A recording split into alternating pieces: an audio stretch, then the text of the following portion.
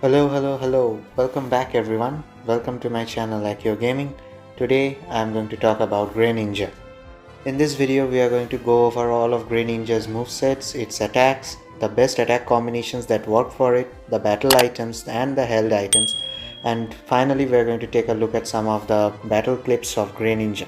So make sure you stick around till the end of the video and don't forget to hit that like and the subscribe button, and also feel free to comment down below.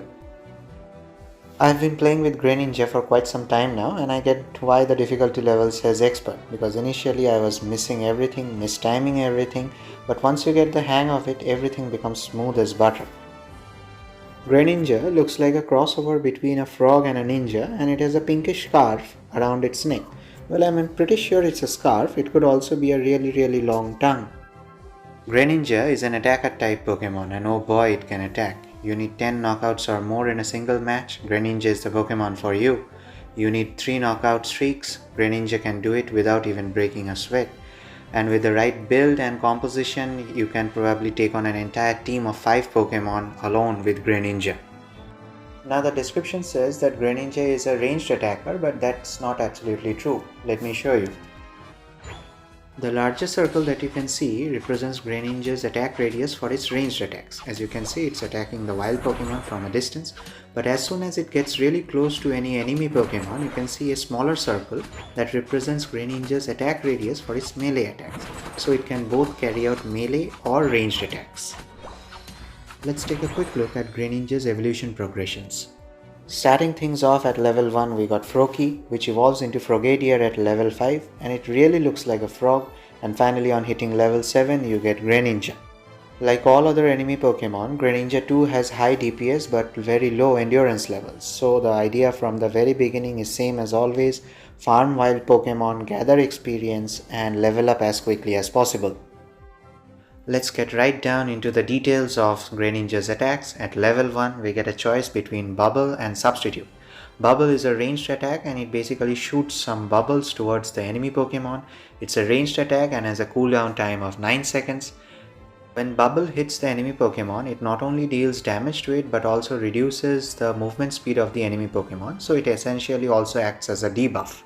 Substitute, on the other hand, is essentially a dash and has a cooldown of 8 seconds. While Froakie dashes in one particular direction, it leaves behind a substitute doll which the enemy Pokemon may or may not attack. In the meantime, Froakie can attack the enemy Pokemon. When it comes to choosing at level 1, always choose Bubble over Substitute because you need as much DPS as possible in the early stages of the game. Here, when you use the bubble attack, it basically shoots 2 sets of bubbles towards the enemy Pokemon, dealing damage to it. Now, when you hit level 3, your second attack slot gets unlocked and you get the substitute attack by default.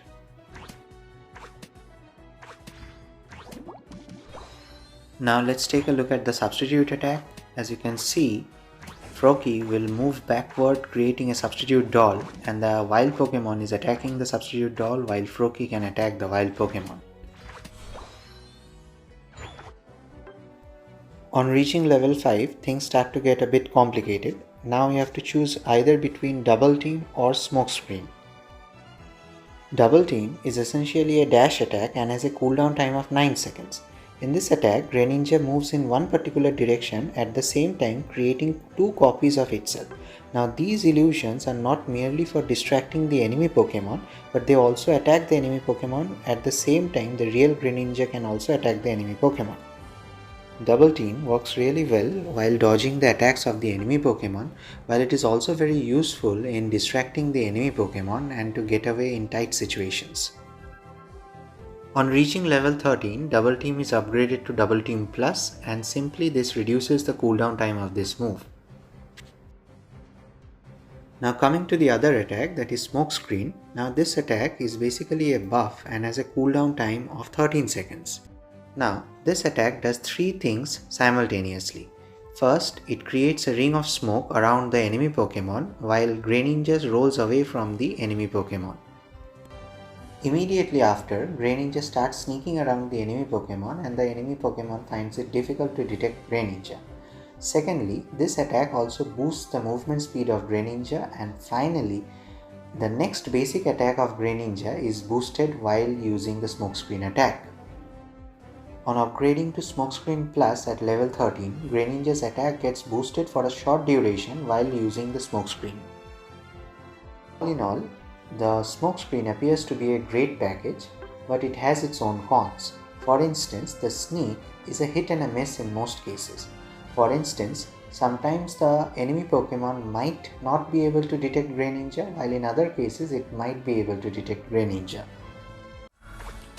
Here is a look at Greninja's smokescreen attack.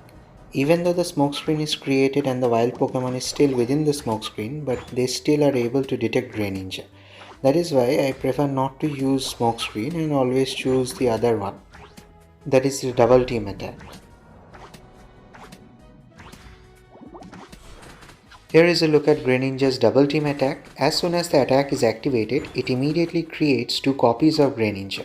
Not only that, Greninja also dashes in one particular direction. As you can see, the copies created by Greninja also attacks the enemy Pokemon. All in all, when it comes to choosing between double team and smokescreen, I think it's better to choose the double team attack, as the smokescreen is a hit and a miss in most cases, while the double team attack works really well in distracting the enemy Pokemon. Finally, on reaching level 7, we get Greninja, and now we have to choose between 2 more attacks, that is either the Water Shuriken or the Surf attack. Now the problem here is both these attacks are really good, which makes it very difficult to choose between the two. Starting off with the Water Shuriken. Now this attack does a lot of things at the same time. It acts as a buff and a debuff. It's a ranged attack and has a cooldown time of only 5 seconds. Greninja shoots multiple discs of water towards the enemy Pokemon in a straight line. Now if this attack hits, then it restores some of Greninja's HP and at the same time reduces the movement speed of the enemy Pokemon. It also increases Greninja's movement speed for a short duration of time. At level 11, this attack is upgraded to Water Shuriken Plus, and it simply increases the number of discs that Greninja shoots towards the enemy Pokemon. The other attack, that is the Surf, is an equally good attack if not better than the Water Shuriken. It has a cooldown time of 9 seconds and is a melee type attack. Here, Greninja rides a wave towards the enemy Pokemon, pushing it backwards and dealing damage to it. At the same time, Greninja recovers some of its own HP. Now, what makes this attack so very interesting is that every time this attack successfully knocks out any Pokemon, that is whether it's a wild Pokemon or the enemy Pokemon, the cooldown time of this attack is reset. Which means we can reuse this attack again and again if we have a bunch of low HP Pokemon around us. Another great thing about this attack is that if the enemy Pokemon is low on health, then this attack causes increased damage, which increases the chance of knocking out this enemy Pokemon. And this is the reason why I love this attack. The Surf attack is personally one of my favorite attacks for Greninja. When Surf is upgraded to Surf Plus at level 11, it simply increases the HP restored to Greninja every time the attack is used. Now let's quickly take a look at these two attacks. First up is the Water Shuriken. Here Greninja shoots approximately 4 discs of water towards the enemy Pokemon. When this attack is upgraded to Water Shuriken Plus, the number of discs thrown at the enemy increases to 6. And also, take a look at how Greninja is recovering its health every time the attack hits. Now let's take a look at the other attack, that is the Surf attack. Now the best thing about this attack is the cooldown reset every time the attack hits. Keep a close watch on the cooldown timer.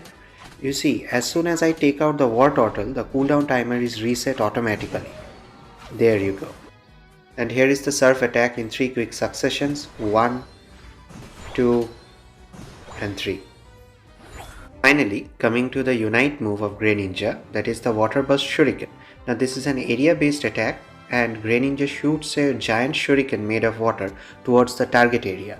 All the enemy Pokemon within the target area gets damaged and their movement speed also gets reduced.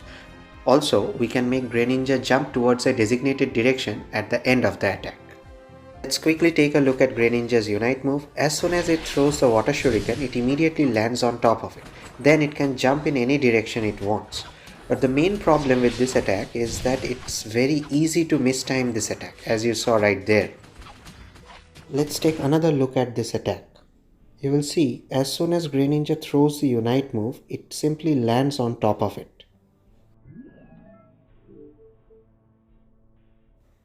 There you go, right there on the top. Then it can jump any direction it wants. Here it jumps backwards.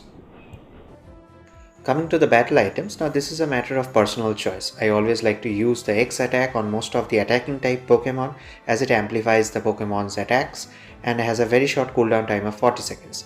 The other choice that I like to use is the X speed. Now these two are the most popular of the two items that should goes with Greninja. Apart from that, you can also use the slow smoke or the eject button for quick escapes.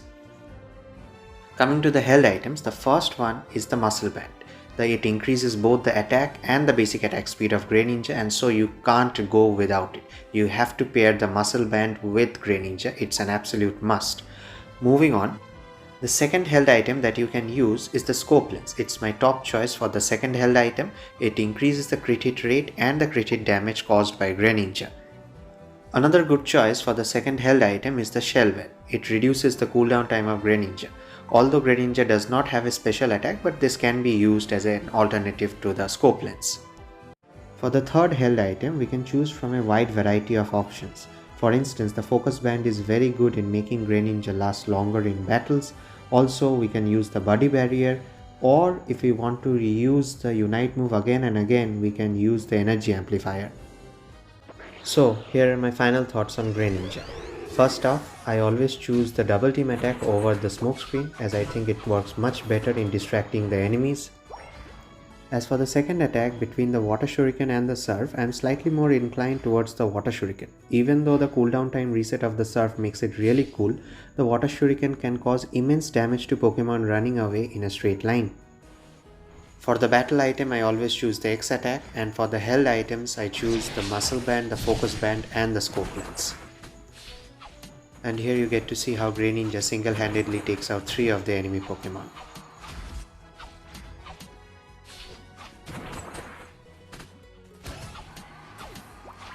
And that's the knockout streak of 3. And that's basically it. That's everything that I have to say about Greninja. Hope you really enjoyed the video. Don't forget to comment down below and also to like and subscribe to my channel. Until then, see you next time.